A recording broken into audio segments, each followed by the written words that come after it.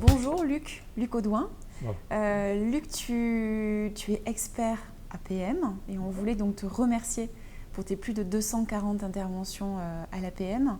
Tu es rentré à l'APM en 1992, c'est ce que tu m'as dit. Tu as été d'abord animateur pendant 5 ans, animateur d'un club. Et ensuite, donc, tu as été expert sur tout ce qui est stress du dirigeant. On sait qu'à l'APM, il y a pas mal d'experts variés autour du stress.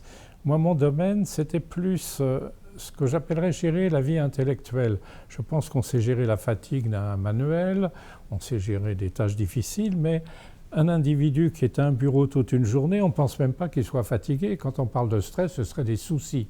En fait, une journée professionnelle, c'est fatigant. Donc l'idée, c'est comment gérer son énergie de sa journée. Donc relancer régulièrement des petits réflexes. J'ai un passé de sophrologue, j'ai dirigé une école de sophrologie, donc penser dans un premier temps à aérer sa journée, mettre comme des bulles dans le Perrier, respirer, se détendre, modifier un geste, savoir marcher, bouger de son bureau, etc. La deuxième partie, respirer bien sûr, parce que c'est un atout fondamental. La deuxième partie, c'est de comprendre que le stress, tout de même, ce ne sont pas les soucis. Le stress, c'est la vie elle-même. C'est le jeu de la vie avec nous, comme les jeux des vagues et du baigneur. S'il y a beaucoup de vagues et qu'on nage bien, ça va. S'il y a beaucoup de vagues et qu'on nage pas bien, c'est pas bien. S'il y a peu de vagues et qu'on aime bien nager, on n'est pas heureux. Donc trouver son bon niveau, donc comprendre tout de même le fonctionnement du stress, ça crée une intelligence de la situation.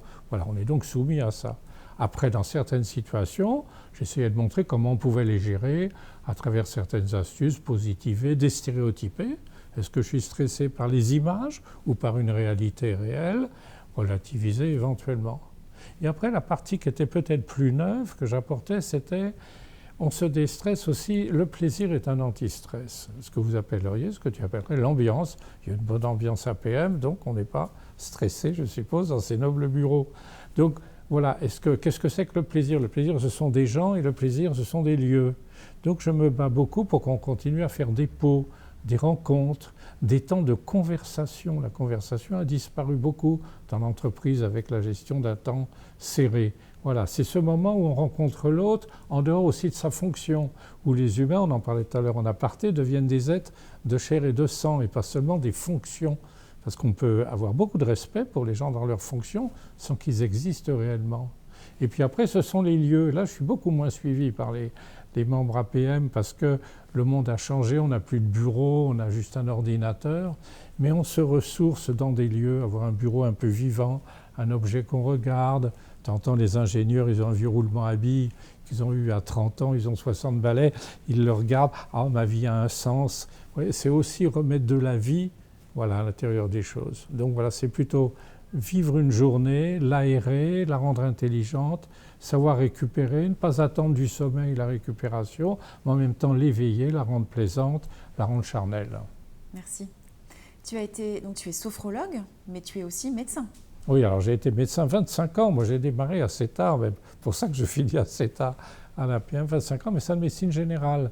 C'est aussi ce qui a modifié mon regard, parce que la médecine générale, ce sont des gens qui ne sont pas très malades. C'est donc des gens de la vie quotidienne. Et puis dans ma jeunesse médicale, on faisait beaucoup de visites. Moi, je faisais 6 à 7 visites par jour, ce qui est impensable maintenant. Donc j'allais chez les gens, dans mes HLM, quand j'étais dans le 20e, ou dans des immeubles bourgeois, voir où les gens vivent. C'est pour ça que j'attache de l'importance aux lieux de travail, qui ont une influence sur nous. Alors, c'est peut-être pas une anecdote. Moi, j'ai été... Il y a deux personnes forcément que j'aimerais citer là. C'est Jacques Giroir qui m'a engagé. Et puis Yves Rageot qui m'a permis de créer ce qu'on avait appelé à l'époque les mardis de l'APM, où une fois par mois, le soir, ici, on faisait... Enfin, c'était pas dans ces locaux à l'époque, bien sûr. Je faisais venir 3 intervenants qui étaient souvent des experts, mais sur des thèmes très courts de 20 minutes, si bien qu'on côtoyait. Voilà, ça m'a beaucoup apporté. J'en cite juste un au passage que j'ai beaucoup aimé, un monsieur qui était conseiller d'État, qui s'appelait Guy Willy Schmetz, qui était un monsieur genre Valérie habillé, un truc comme ça, qui ne bougeait pas, mais qui disait des choses. Parce que maintenant, il faut qu'on ait un langage verbal. Hein. Lui, il était comme ça, il ne bougeait pas d'un poil, mais il nous émerveillait. Alors il a traité des thèmes comme l'eau chez Maigret, les Jeux olympiques. Voilà, donc chaque expert venait raconter un petit détail. Un peu ce qu'on faisait parfois aussi dans les journées sans experts à l'APM. où on peut prendre 2-3 thèmes. Voilà. Après, bon, d'autres anecdotes de rencontres, les congrès, les réunions, tout ça, ça a été de bons souvenirs. J'ai pas un message, mais j'ai un désir. C'est un peu différent.